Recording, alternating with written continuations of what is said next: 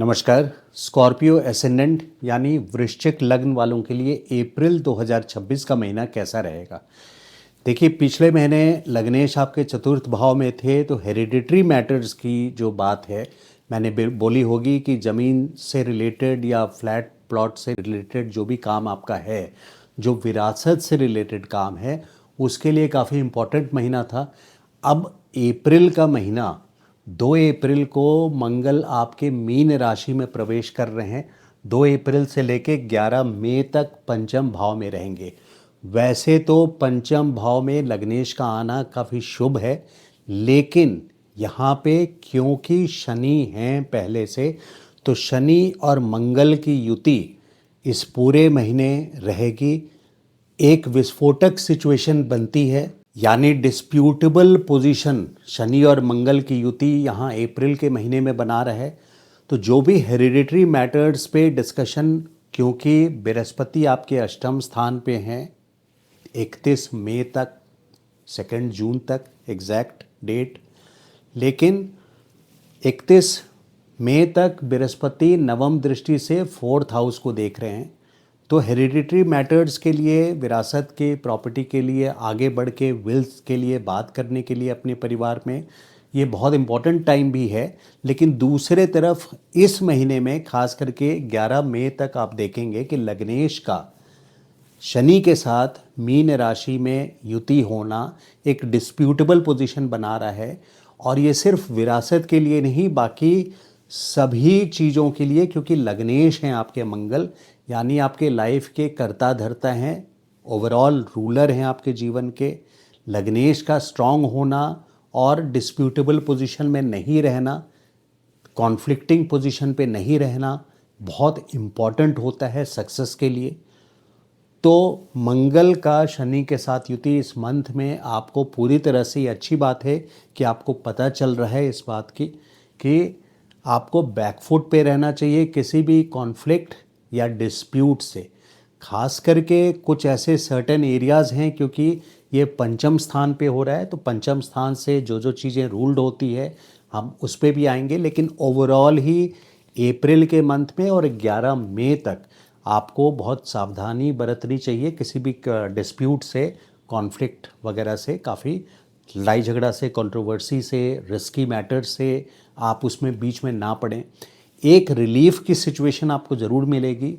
19 अप्रैल के बाद चीज़ों में कुछ इम्प्रूवमेंट ज़रूर होगा, क्योंकि शुक्र आपके सप्तम स्थान पे आ जाएंगे, अपनी राशि में आ जाएंगे। तो शुक्र का सप्तम में जाना और यहाँ से लग्न को देखना, यानी आपके एसेंडेंट पे दृष्टि पड़ेगी, तो आपको एक कंफर्टेबल जोन में शुक्र जरूर ले आएंगे। शुक्र 19 अप्रैल से 14 मई तक लग्न को देखेंगे, सप्तम में रहेंगे। तो यहाँ पे प्रोफेशन के लिए फेवरेबल हो जाएगा, यानी जो भी आपके बिजनेस हो या जॉब हो उसके लिए फेवरेबल हो जाएगा। अपने मैरिटल लाइफ में जो टेंशन्स चल रही है, क्योंकि शनि की तीसरी दृष्टि पड़ रही है, और इस मंथ शनि और मंगल और सूर्य 14 अप्रैल तक सूर्य हैं और मंगल पूरे महीना है। तो शनि की तीसरी दृष्टि जो सप्तम स्थान पे पड़ रही है, वो कॉन्फ्लिक्ट और डिस्प्यूट वाली पड़ रही है आपके मैरिटल लाइफ के लिए। जो लोग मैरिड हैं उनके लिए खास करके एप्लीकेबल यही है कि मैरिटल लाइफ में डिस्प्यूटेबल पोजीशन बन रही है। वो 19 अप्रैल के बाद एक रोमांस का सिचुएशन दोबारा आएगा, कंपेनियनशिप में बॉन्डिंग, आपस में अंडरस्टैंडिंग। 19 अप्रैल के बाद रिलेशनशिप में स्वीटनेस शुक्र दोबारा से लेकर के आएंगे 14 मई तक। तो शुक्र के ट्रांजिट काफ़ी फेवरेबल रहेगा, बहुत चीज़ों में सपोर्ट करेगा। जो लोग बिज़नेस में हैं, बिज़नेस पार्टनर हैं, जिनके बिज़नेस पार्टनर से अंडरस्टैंडिंग जो चीज़ें ख़राब हो गई है, स्पेशली 14-15 मार्च के बाद से, वो दोबारा से बिल्डअप होंगी 19 अप्रैल के बाद शुक्र के गोचर के कारण 7th हाउस में। 19 अप्रैल से आप अपनी बॉन्डिंग बिजनेस पार्टनर के साथ, अपने स्पाउस के साथ इम्प्रूव कर सकते हैं।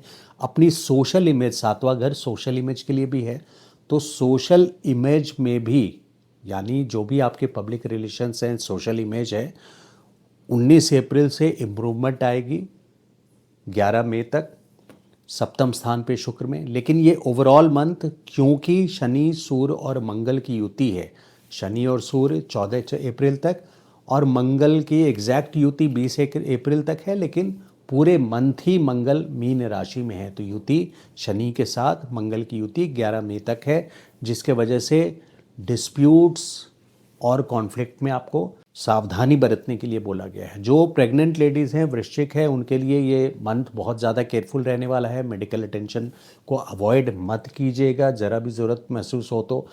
जो मैरिड हैं, जिनके बच्चे हैं, उनके लाइफ में भी, बच्चों के लाइफ में भी आपको विशेष सावधानी रखनी है, मॉनिटर करके रखना है, क्योंकि उनके लाइफ में भी 5th हाउस है ये, तो डिस्प्यूट की सिचुएशन बन सकती है। जो लोग स्टॉक मार्केट में हैं, स्टॉक मार्केट में लॉसेस बहुत ज़्यादा हो सकते हैं शनि सूर्य मंगल के वजह से।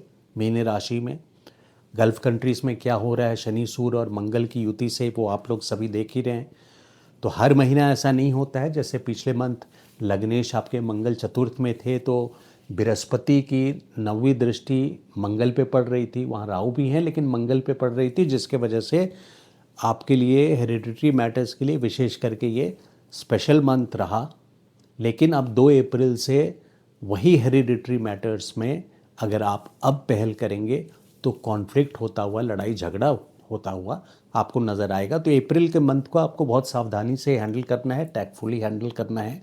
अगर आप इस टैक्टफुली, पेशेंटली कॉन्फ्लिक्ट और डिस्प्यूट्स को अवॉइड कर सकते हैं, तो फिर 19 अप्रैल के बाद से लेकर के 11 मई तक, बल्कि 19 अप्रैल से लेकर के जो शुक्र का डेट है वो 14 मई तक है, तो 14 मई तक ये आपके लिए काफ़ी फेवरेबल मंथ रहेगा। तो ये था ओवरऑल विश्लेषण वृश्चिक लग्न वालों के लिए। अगर मेरा वीडियो अच्छा लगा हो तो लाइक एंड शेयर ज़रूर कीजिएगा, और चैनल को सब्सक्राइब नहीं किया अभी तक आपने तो request you to please subscribe to the channel. Thank you so much. नमस्कार।